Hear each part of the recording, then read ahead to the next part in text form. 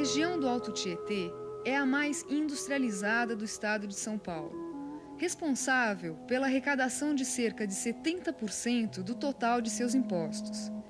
Vive nesta região mais da metade da população do estado, e até o ano 2000 poderemos passar de 12 para 25 milhões de habitantes. Isto significa que o consumo de água potável também terá dobrado. Só temos um manancial barato e próximo de São Paulo a ser aproveitado. São os mananciais do Alto Tietê, que tem uma capacidade de 10 a 12 metros cúbicos por segundo de água, que é razoável para abastecer uma população de 4 milhões de habitantes. A partir daí, nós vamos ter que contar com o reaproveitamento dessa água e com a utilização da bilis, o que só será possível se os esgotos forem tratados.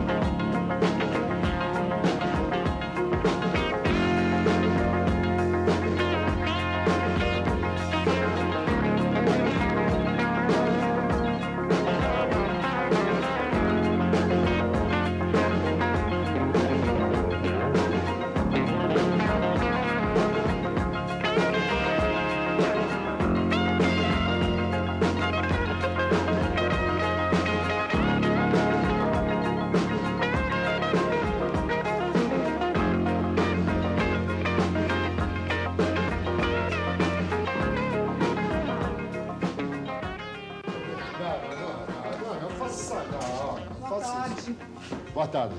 Você mora aqui em Pirapora? Eu moro aqui a metade do mês e a outra metade moro em Santos. Como é que é o rio Tietê aqui em Pirapora? O rio é o pinico de São Paulo. É uma desgraça, infelizmente, viu? Este seria o lugar mais maravilhoso do estado de São Paulo. Mas, infelizmente, aqui nós estamos passando até doenças com esse rio.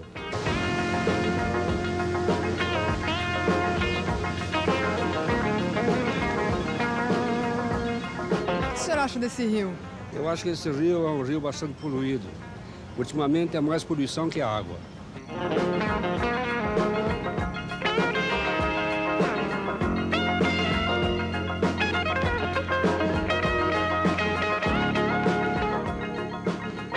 A gente via lá no fundo, com 1 metro de água, via se era areia ou pedregulho, se era pedra, a gente via perfeitamente. Agora pode ver que a água é preta. O que o senhor acha que deve ser feito aqui? Aqui, o que deveria ser feito? Eu acredito que aqui deveria ser feito um trabalho muito bom, como foi feito no Tâmesis de Inglaterra, que eu não acredito que o estado de São Paulo faça. Como é que você acha que resolve esse problema? Tem exemplos, né? Tem Londres, que despoluiu o Tâmesis. Eu acho que tem muita coisa para fazer. Acho que a tecnologia está disponível para isso, né? Quem é que resolve o problema? Estado. Não tem outra pessoa, não tem outra coisa para bancar, né? Tem que ser o Estado. A população não pode ajudar? A população pode participar, mas acho que tecnologia e recursos tem que vir do Estado, né? E isso sem recursos e tecnologia não dá para despoluir, não.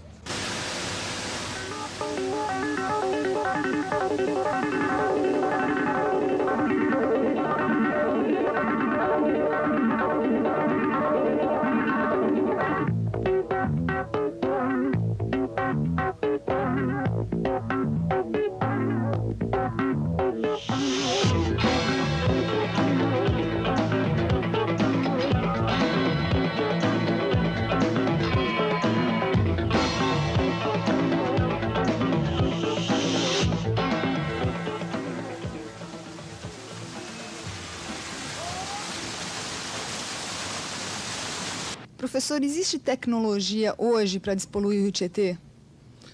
Existe tecnologia de sobra. Existem técnicas mais complexas, mais caras, e existem técnicas mais baratas, mais econômicas, mais ao alcance das condições brasileiras. Quais são essas técnicas? Essas técnicas são algumas técnicas que procuram utilizar justamente o ambiente brasileiro, que se caracteriza por temperaturas mais elevadas, por luz em maior quantidade. Então, são geralmente técnicas que se baseiam na atividade biológica. A atividade biológica exige temperatura, que acelera muito os processos biológicos, e utiliza luz como energia para a fotossíntese, para liberar oxigênio. Então, um processo desses, que é, por exemplo, a lagoa de estabilização, ela se baseia exatamente nesse consórcio entre bactérias, que fazem a decomposição da matéria orgânica, se alimentam do esgoto, e algas, que fazem fotossíntese e produzem oxigênio para as bactérias, para a respiração de bactérias. Na época das chuvas, a vazão do rio Tietê, em alguns pontos da cidade, chega a atingir 400 metros cúbicos por segundo. Nas secas, esta vazão pode cair para 40 metros cúbicos por segundo. Quando isso acontece, o rio corre metade água, metade esgoto.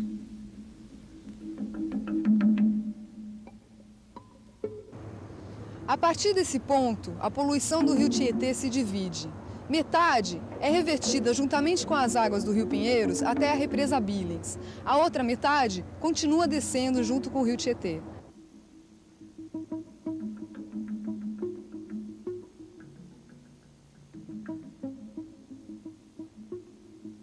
A reversão do rio Tietê para Billings pode resolver o problema da poluição aqui em Santana do Parnaíba?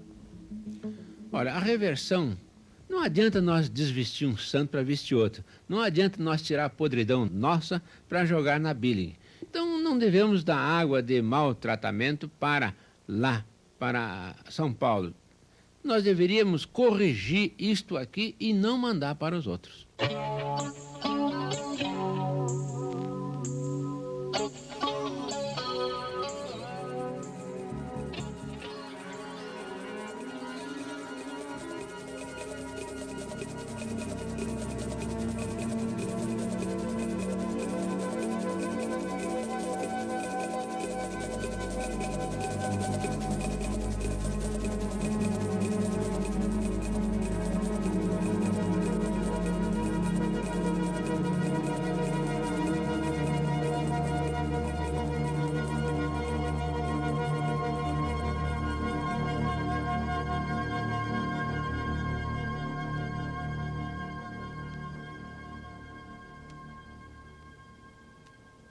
Por que você acha que chegou a esse ponto, Rio? Chegou a esse ponto porque a coisa foi sendo deixada para lá, porque acho que tem que investir muito dinheiro aí.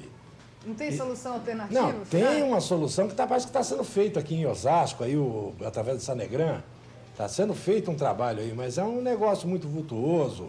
A base está na conclusão do Sanegran, que vai realizar a purificação das águas na maior parte dos municípios que são afetados pelo rio Tietê.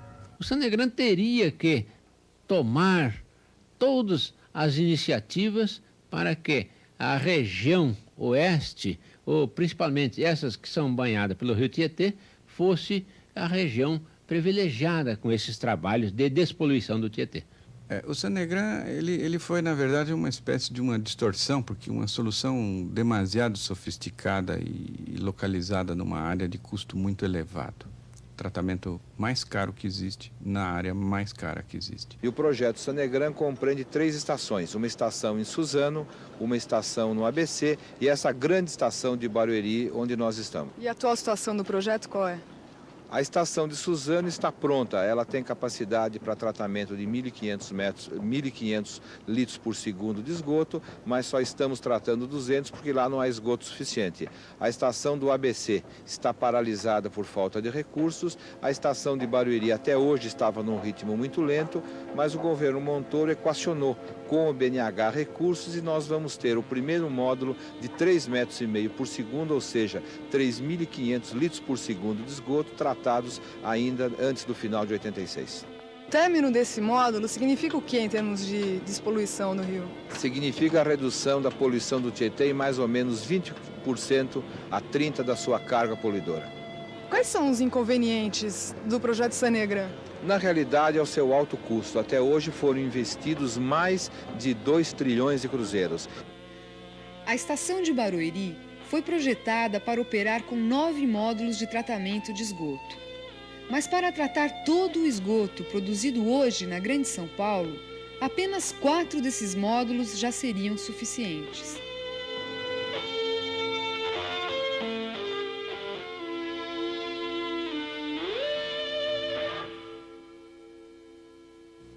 Para a conclusão destes 4 módulos, seriam necessários mais 2,8 bilhões de cruzados. Ou seja, menos do que custou aos cofres públicos a Paulipetro, Capem, Coroa Brastel, Delfim, Sul Brasileiro.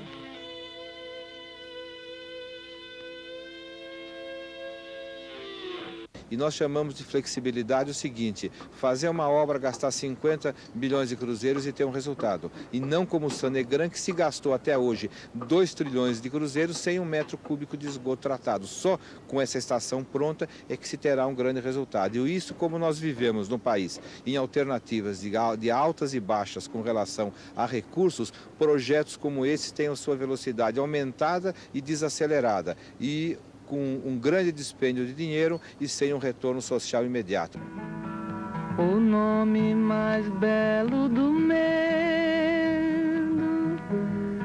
com fé em Deus, eu não vou morrer tão cedo. Com fé em Deus, eu não vou morrer tão cedo. Com fé em Deus, eu não vou morrer tão cedo.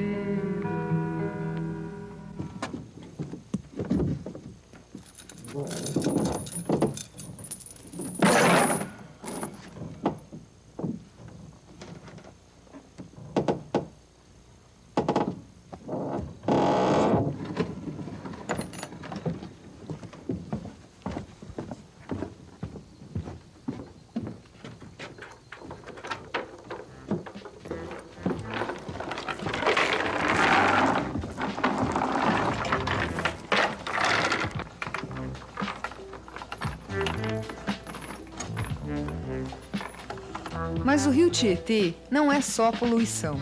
Em Laranjal Paulista, ele já começa a ser navegável, o que torna este município um dos possíveis terminais da hidrovia do Tietê. Prefeito, qual é a expectativa aqui da região com relação à hidrovia? A expectativa é muito grande que esse fato aconteça, porque a hidrovia é hoje um fator enorme de economia. Nós sabemos que o transporte hidroviário economiza 60% em relação ao transporte rodoviário. Então a expectativa é muito grande em que esse plano de tornar o Tietê navegável se concretize logo, para que se faça essa ligação Tietê-Paraná. E também, a parte desse plano, é claro, a geração de empregos.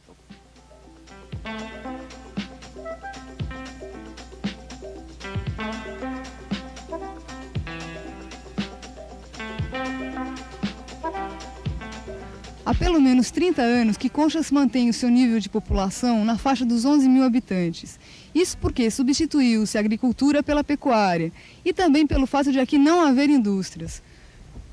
Nós esperamos que a hidrovia seja um fato econômico que possa alterar muito essa situação. Isto porque, para entrar em operação esta hidrovia, nós deveremos ter a construção de muitos equipamentos e obras para o funcionamento da mesma.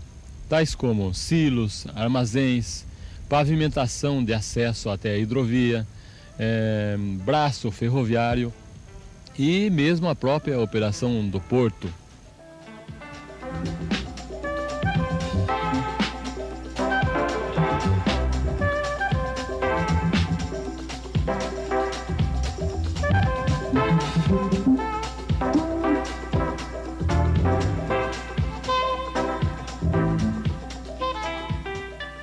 Oi, o que a senhora vai fazer aqui em Barra Bonita? Passear, conhecer. O que é que atrai aqui em Barra Bonita, em termos de turismo? É cruza. O senhor veio fazer o que aqui em Barra Bonita? Passear um pouco.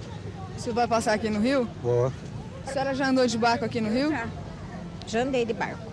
O que a senhora acha do Rio Tietê? Ah, eu gosto. Eu acho uma delícia.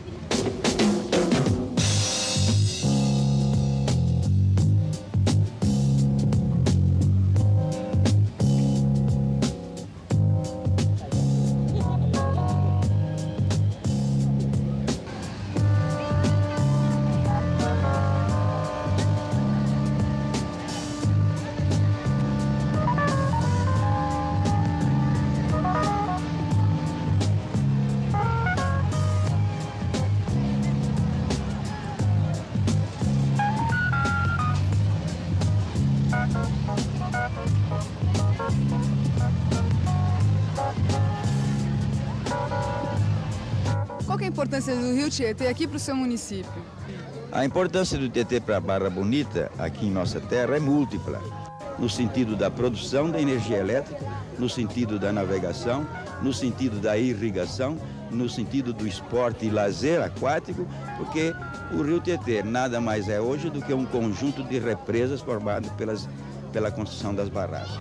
A hidrovia e a geração de energia na região oeste pode causar uma descentralização industrial no estado?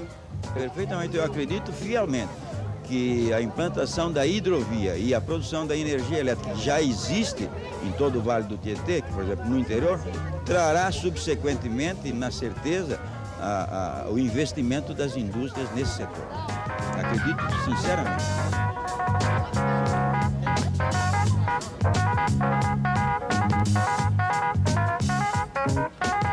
A hidrovia do Tietê, também chamada hidrovia do álcool, tem hoje 443 quilômetros de extensão. Ela vai de Laranjal Paulista até a Nova Vanhandava, compreendendo as eclusas de Barra Bonita, Bariri, Ibitinga e Promissão. Quando pronta, a hidrovia do Tietê vai se ligar à do Rio Paraná. Serão 1.600 quilômetros navegáveis, beneficiando os estados de São Paulo, Minas Gerais, Mato Grosso do Sul, Paraná e toda a Bacia do Prata. Provavelmente até o final desta década nós teremos esses 1.600 quilômetros de canais navegáveis no sistema Tietê-Paraná, podendo se contar dentro de 2 anos com todo o Tietê. Qual será o critério para a instalação de portos através da hidrovia Tietê-Paraná? O critério tem duas vertentes. Em primeiro lugar, nós não devemos fixar muitos locais onde os embarques devem ser feitos, porque uma das vantagens da hidrovia é exatamente se poder carregar ou descarregar mercadorias em qualquer ponto do rio. Entretanto, existem pontos específicos em que se pretende fazer portos para estabelecer a intermodalidade do transporte, ou seja, locais onde a hidrovia cruza com rodovias principais e, sobretudo, com ferrovias. Ali nós devemos fazer portos.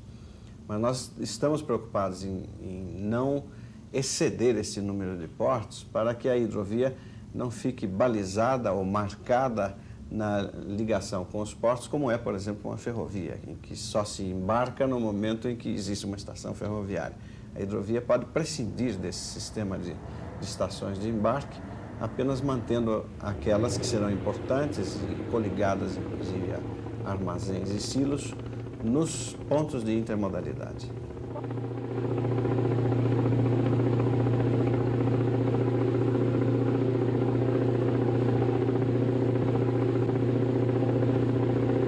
Prefeito, o que representa a usina de Bariri aqui para o seu município? A usina de Bariri representou bastante para o município na época de sua construção, tendo em vista o grande número de emprego que gerou. No momento, a usina representa pouco para Bariri, tendo em vista que nós temos em Bariri a primeira eclusagem da América do Sul, mas ela é pouco utilizada. Está sendo utilizada tão somente para o transporte de cana. Mas sendo Bariri um município que a cultura que predomina não é cana, então representou pouco. A área de plantio de cana-de-açúcar na região do Baixo e Médio Tietê cresce 9,5% ao ano. Passam por aqui, na barragem de Bariri, cerca de 900 toneladas de cana por dia. A experiência piloto, enfim, que já está sendo feita lá no transporte de cana-de-açúcar e de calcário, tem demonstrado a alta viabilidade do sistema hidroviário. Só para citar o exemplo da usina Diamante, que transporta cana-de-açúcar, enquanto, em geral, não se pode transportar a mais de 18, 20 quilômetros de distância a cana para uma usina de álcool ou de açúcar, pelo rio está se transportando 80 quilômetros de distância a custos menores do que o transporte por caminhão a 20 quilômetros. Isso já está até criando problemas de competição na margem do rio. A usina da Barra, em Barra Bonita, que não está encostada na margem do rio, pretende agora fazer um sistema teleférico para poder trazer da margem do rio para a sua usina, a 3 ou 4 quilômetros de distância, a cana e poder competir no mesmo sistema hidroviário. A questão da cana é chover no molhado, falar das consequências trágicas da cana, mas acho que a gente tem que repetir sempre. Para ter ideia, aqui em Penápolis, em 1950, tinha 25 mil pessoas na zona rural. Hoje não tem 8 mil. Verdadeiras vilas na zona rural foram destruídas. Construções, igrejas, campos de futebol, casas, colônias, tudo destruído para dar lugar. Isso para dar lugar à cana. A cana ocupando todos os espaços. As consequências são trágicas, quando a gente levar em conta também que essa população foi expulsa do campo e passou a morar na periferia da zona urbana. E mora aqui na periferia para trabalhar com mão de obra barata, 6 meses por ano, e nos outros 6 meses ficar na dependência dos poderes públicos para se manter vivo.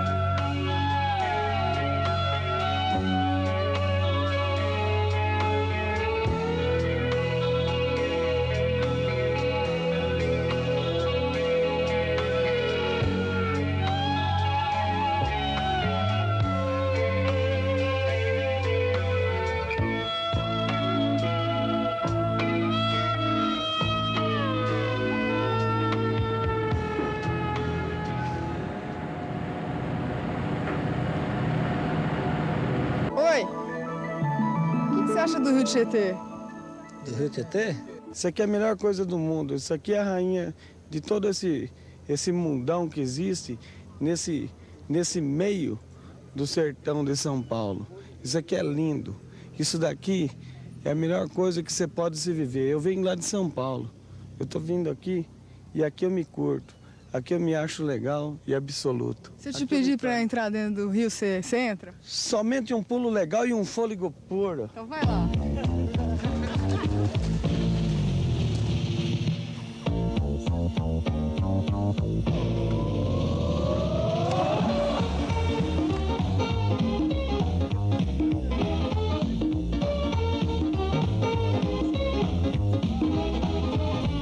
Estamos a 175 quilômetros da foz do rio Tietê.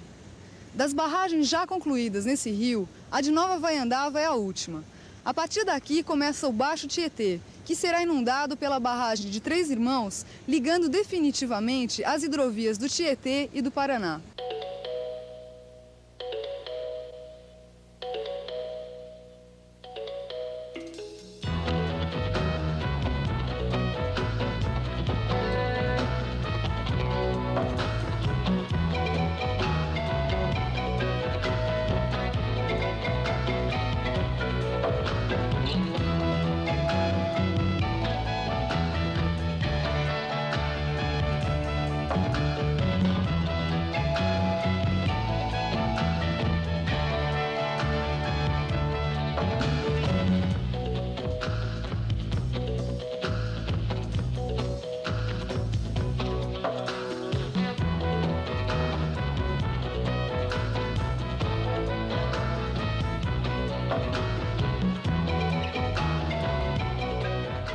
O que Itapura ganhou, o que Itapura perdeu com essa mudança na região aqui?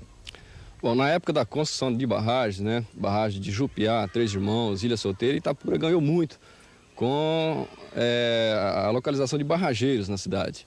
Hoje, então, Itapura já não tem mais, na região já não existe mais a construção de barragens.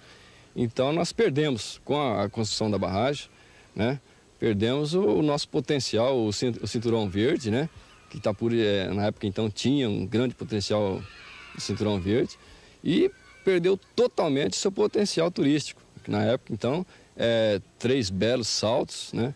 O rio Tietê, totalmente com a água não poluída, apesar que ainda está, né? Mas perdeu tudo na época. E ganhou o quê? Não ganhou nada. Tem muito desemprego aqui na cidade? Demais. Itapura hoje conta com 45%, 50% do pessoal desempregado, principalmente boia fria, o barrageiro está desempregado. Após a conclusão de Três Irmãos, obviamente, por ela não se tratar só de uma usina hidrelétrica, uma série de outros benefícios virão com a utilização da hidrovia, né?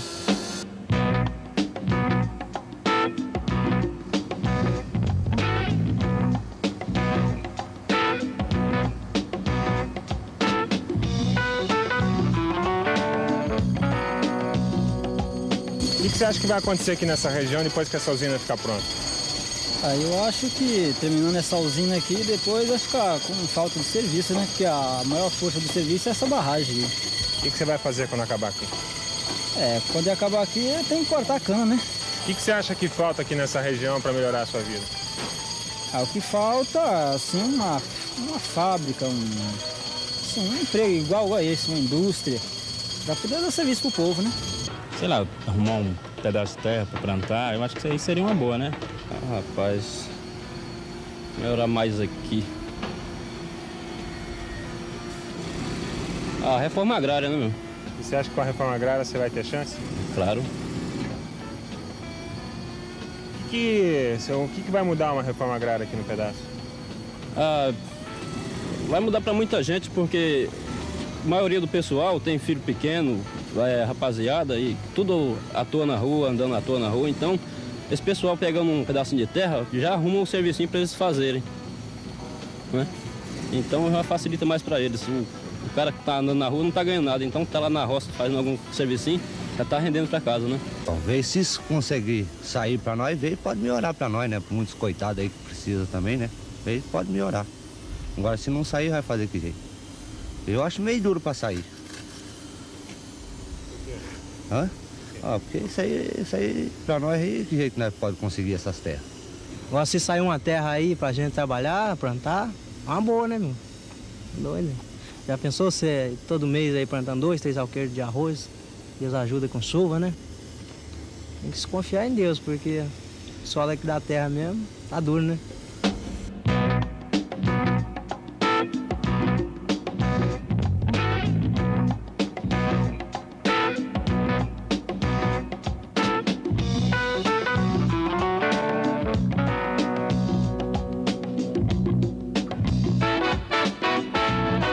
poxa, nós temos uma hidrovia, o que é? É um grande potencial hídrico, é muita água e muita terra fértil em volta.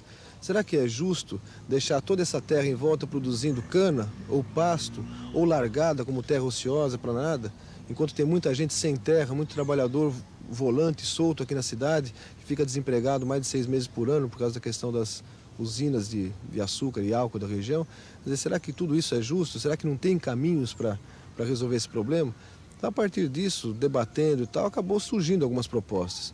E hoje nós estamos levando a nível do Ministério de Reforma Agrária, INCRA, ICESP e todos os órgãos de governo também, a proposta de criação de distritos agrícolas irrigados nas margens da represa, que só assim a represa teria razão de ser.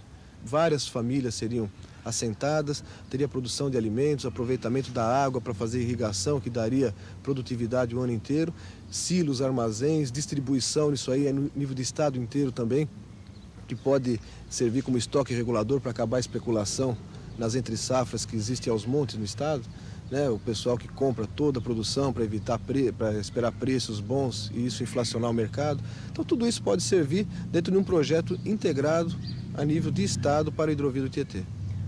Mais ou menos quantas famílias seriam beneficiadas com a agrovila? Olha, na proposta inicial nossa, seriam 200 famílias que se instalariam no início.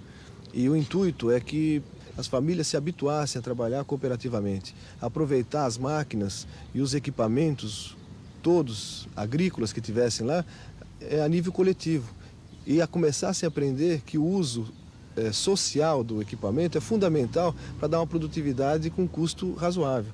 Senão, para evitar os erros, né, da nossa sociedade aí, que cada um tenta sozinho fazer tudo, comprar todos os equipamentos, todas as máquinas, acaba perdendo a terra no final da história. Então ele passa a ser um projeto interessante a nível de reforma agrária como proposta mais ampla. Ele passa a mudar o mecanismo de relação do homem com o outro homem na exploração do campo. O trabalho cooperativo de associativismo passa a crescer, que é o que nós acreditamos como solução para o país na questão agrária de exploração da terra. Seria um absurdo que esse trecho do rio Tietê ficasse só com um meio de transporte e que não houvesse nenhuma modificação na estrutura produtiva, na ocupação racional das terras que margeiam esse trecho do rio. Porque o Estatuto da Terra prevê como um dos critérios centrais para o estabelecimento de zonas prioritárias de intervenção justamente a existência de grandes investimentos públicos que vieram a beneficiar uma determinada região sem que tenha havido modificação na estrutura fundiária e um aproveitamento mais racional das terras influenciadas por essas obras públicas. Nós temos esperança de poder, através da aplicação do Estatuto da Terra, conseguir os recursos fundiários necessários para a implantação desses projetos e temos certeza do sucesso desses projetos justamente por existir já uma mobilização na região, porque nem sempre as ações de reforma agrária contam já com um apoio regional, local, com uma mobilização da sociedade, da comunidade local, e isso é o principal elemento de garantia do sucesso do projeto.